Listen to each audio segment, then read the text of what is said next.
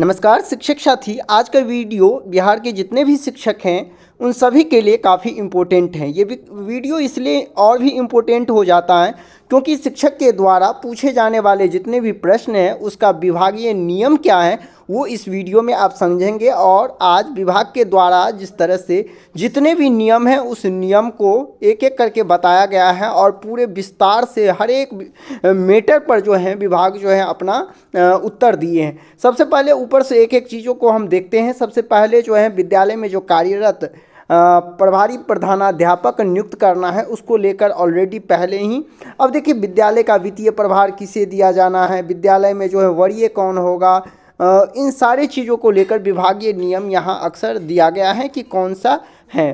प्रधानाध्यापक कौन होगा विद्यालय का जो प्रभारी के तौर पर, और यहाँ देख सकते हैं विभागीय नियम में जो उत्तर दिया गया है कहा गया है कि विभाग द्वारा जारी एसओपी के अनुसार ही उनको प्रभारी प्रधानाध्यापक घोषित किया जाएगा। साथ ही साथ जितने यानी कि सीनियर कौन होंगे, जूनियर कौन होंगे, सभी को लेकर के जो है इसमें आप देखेंगे तो एक एक करके उत्तर। ऐसे भी विद्यालय आपको मिलेंगे जहां वरीय शिक्षक प्रभार लेना नहीं चाह रहे हैं तो इसके लिए क्या गाइडलाइन है, इसके लिए क्या वो जो है उसको जो है मुक्त किया जा सकता है। जो प्रभार नहीं लेना चाह रहे हैं तो देख सकते हैं स्पष्ट कहा गया है कि उनके साथ दावा कर लेना है और भविष्य में जो है वो फिर प्रभार के लिए दावा नहीं कर सकते हैं लेकिन उसको मुक्त किया जा सकता है जो कि यहाँ दिया गया। उसी तरह प्रधानाध्यापक हेतु वरीयता का निर्धारण कैसे किया जाना है उसके बारे में भी यहाँ डिटेल्स दिया गया है जो कि आप यहाँ देख सकते हैं। प्रभारी होने के लिए जो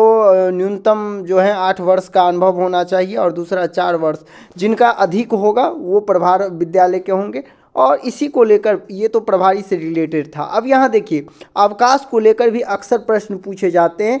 विद्यालय में कार्यरत जो शिक्षक हैं, शिक्षकेतर कर्मी हैं और उनको जो समय समय पर उपभोग किए जाने वाले अवकाश, और ज़्यादातर टीचर को इसी से रिलेटेड प्रश्न रहता है कि आखिरकार हम अपना जो छुट्टी है उसको कैसे, तो यहाँ देख सकते हैं यहाँ पूछा जा रहा है कि अवकाश की स्वीकृति हेतु सक्षम प्राधिकार कौन है। तो आपको पता ही है या तो सरकार के कर्मी नियंत्री या नियोक्ता द्वारा।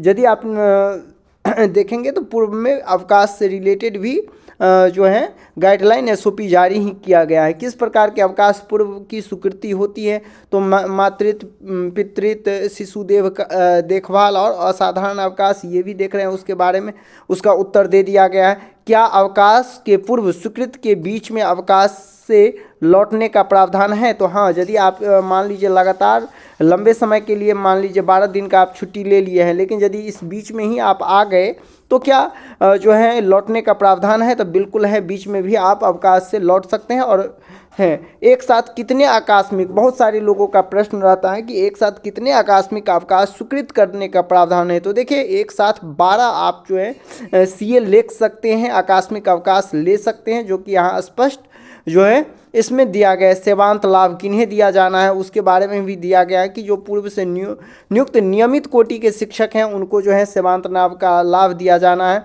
इसी तरह जो है विद्यालय शिक्षक एवं शिक्षकेतर कर्मियों के विरुद्ध यदि आपके विरुद्ध कार्रवाई होता है तो विभागीय नियम क्या कहता है, किस तरह से आपका कार्रवाई होगा उसके बारे में पूरे डिटेल्स में दिया गया है कि यदि विद्यालय में कार्यरत विभिन्न कोटि के शिक्षक एवं शिक्षकेतर कर्मियों के विरुद्ध किस प्रकार की कार्रवाई की जा सकती है। तो स्पष्ट कहा गया है कि नियोजित को छोड़कर, देखिए नियोजित इसमें नहीं है, बाद बाकी सभी आ जाते हैं जो 2005 में के अवधान जो सरकारी सेवक के लिए नियमावली बनाया गया है 2005 के अंतर्गत आप आ जाएंगे और उसी के अंतर्गत आप पर कार्रवाई होगी। विभागीय कार्रवाई प्रारंभ करने हेतु सक्षम प्राधिकार कौन होता है? तो संबंधित सरकारी सेवक के नियोक्ता द्वारा जो है उस पर कार्रवाई प्रारंभ किया जाएगा।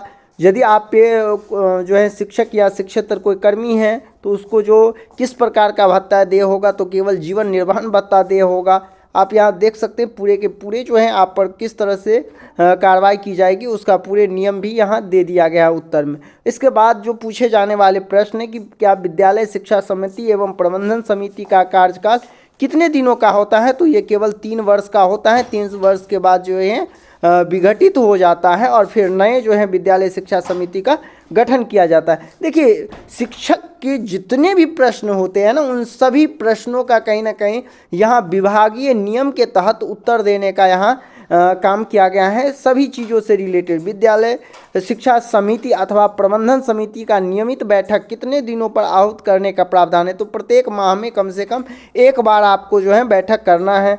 ठीक है, विद्यालय शिक्षा समिति अथवा प्रबंधन समिति द्वारा बैठक में पारित प्रस्ताव पर निर्णय लेने का अधिकार किसे होता है, तो ये निर्णय जिला शिक्षा पदाधिकारी का होता है। विद्यालय शिक्षा समिति अथवा प्रबंधन समिति के पास किस शिक्षक या शिक्षकेतर कर्मी पर कार्रवाई करने का अधिकार है, तो इसका जवाब है नहीं। विद्यालय शिक्षा समिति किसी भी शिक्षक पर कार्रवाई नहीं कर सकते हैं। देख सकते हैं विद्यालय निरीक्षण के टाइम में पूछे जाने वाले निरीक्षण से रिलेटेड बहुत सारे प्रश्न हैं कि कौन निरीक्षण कर सकता है। तो देखिए, अब केवल विद्यालय का निरीक्षण जिला स्तरीय जो पदाधिकारी हैं वो और प्रखंड शिक्षा पदाधिकारी ही कर सकते हैं। इसके अलावा कोई भी जो है कर्मी जो है विद्यालय का जो है निरीक्षण नहीं कर सकते हैं। विद्यालय निरीक्षण के उपरांत निरीक्षी पदाधिकारी द्वारा किए गए अनुशंसा पर किस प्रकार का कार्रवाई की जाती है, तो जिला स्तर पर पदस्थापित जो संभागीय पदाधिकारी है उनके द्वारा आप पर कार्रवाई की जाएगी। यहाँ आप देख सकते हैं निरीक्षण के दौरान किन किन बातों को ध्यान में रखना है, तो मूल रूप से विद्यालय की शिक्षण गुणवत्ता और आधारभूत संरचना पर ध्यान देना है। प्रत्येक माह में कितने विद्यालय का निरीक्षण का प्रावधान है, तो कम से कम 20 विद्यालय का आपको निरीक्षण करना है। देखिए, पूरे हर एक चीज़ को जो जितने भी प्रश्न है आरटी एक्ट से क्या सूचना मांगे जाने पर देना है, तो कौन से चीज़ को नहीं देना है वो भी है, किस चीज़ों का देना है उसको यहाँ, हाँ, यानी कि जितने भी सारे चीज़ हैं आवश्यक चीज़ उन सभी पर जानकारी दी गई है कि किस चीज़ पर हमको जानकारी देना है, किस पर नहीं। वही बिहार लोक शिकायत यदि कोई ऐसा है तो इसको विभागीय नियम के तहत कितने दिनों में समय निर्धारित है, तो उसके लिए 60 दिन है। किस चीज़ पर परिवादकर्ता के द्वारा दायर परिवाद में पारित निर्णय को जानने का अधिकार है, तो बिल्कुल है। देख सकते हैं एक एक चीज़ों को, और भी बहुत सारे ऐसे हैं। छात्रवृत्ति मामले के में कौन अपीलीय प्राधिकार होता है, तो आप देख सकते हैं उप निदेशक शिक्षा विभाग होता है। ठीक है, इसके बाद और निलंबन के समय किस किस नियम के तहत आप पे कार्रवाई होगी, पदोन्नति यदि आपको सज़ा लघु दंड के श्रेणी में यदि आप आ जाते हैं तो क्या होगा, तो आपके पदोन्नति पर जो है रोक लगा दिया जाएगा। निलंबन की अवधि जो है जब आप पर कोई भी आरोप गठित नहीं होगा तो 3 माह के बाद ऑटोमेटिक आपका निलंबन जो है ख़त्म हो जाएगा। इस बात का भी यहाँ जिक्र किया गया है। बर्खास्त यदि आपको कर दिया जाए तो भविष्य में आपके नियोजन पर रोक लग जाएगा।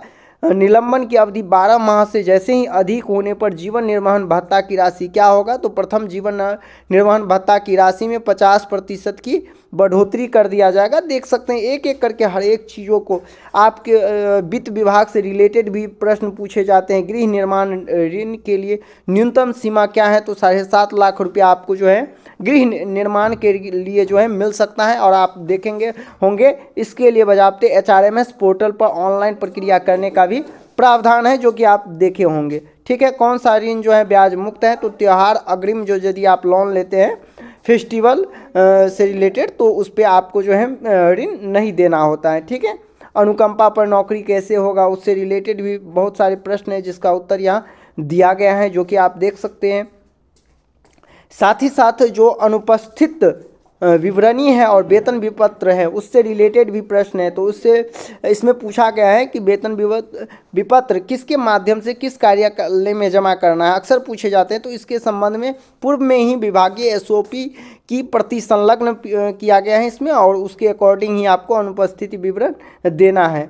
शिक्षकों का जो योग्यता विस्तारण के लिए अक्सर जो है अनापत्ति प्रमाण पत्र लिया जाता है, वो कहाँ से लिया जाएगा, तो देखिए केवल नियोजित शिक्षकों के बारे में कहा गया है कि अपने नियोजन इकाई से लेंगे, बाद बाकी पूरे जो है प्रखंड शिक्षा पदाधिकारी से अग्रसारित करा करके और जो है जिला पदाधिकारी से जो है जिला शिक्षा पदाधिकारी के द्वारा जो है ये जारी होगा। और यहाँ स्पष्ट कहा गया है कि जिला कार्यक्रम पदाधिकारी स्थापना कार्यालय में भेजा जाना है और वहीं से आपको जो है अनापत्ति प्रमाण पत्र लिया जाएगा जो है, जबकि नियोजन शिक्षक के लिए नियोजन इकाई से। तो ये पूरे का पूरे जो है कहीं ना कहीं कह सकते हैं शिक्षा विभाग में चल रहे जितने सारे प्रश्न थे उसको एक एक करके शिक्षा विभाग ने कहीं ना कहीं सॉर्ट आउट करने की कोशिश की है। और जितने भी अक्सर जो पूछे जाने वाले ये प्रश्न है और इस प्रश्न का उत्तर जो है विभागीय नियम के तहत दिया गया है। इसको देखने के बाद जितने भी शिक्षक हैं कहीं ना कहीं उनके मन में भी जो प्रश्न होगा वो प्रश्न निश्चित तौर पर जो है अब खत्म हो गया होगा। और आप चाहे तो इसको भी जो है किसी न किसी ग्रुप के माध्यम से आपको जो है ये PDF प्राप्त ही हो जाएगा और आप इसको भी बेहतर ढंग से पढ़ सकते हो। वैसे इस वीडियो में हम जो जो मुख्य चीज़ों था उसको हम कवर कर ही लिए हैं और आप समझ ही गए होंगे। मिलते हैं नेक्स्ट वीडियो में, अभी के लिए बस इतना ही, धन्यवाद।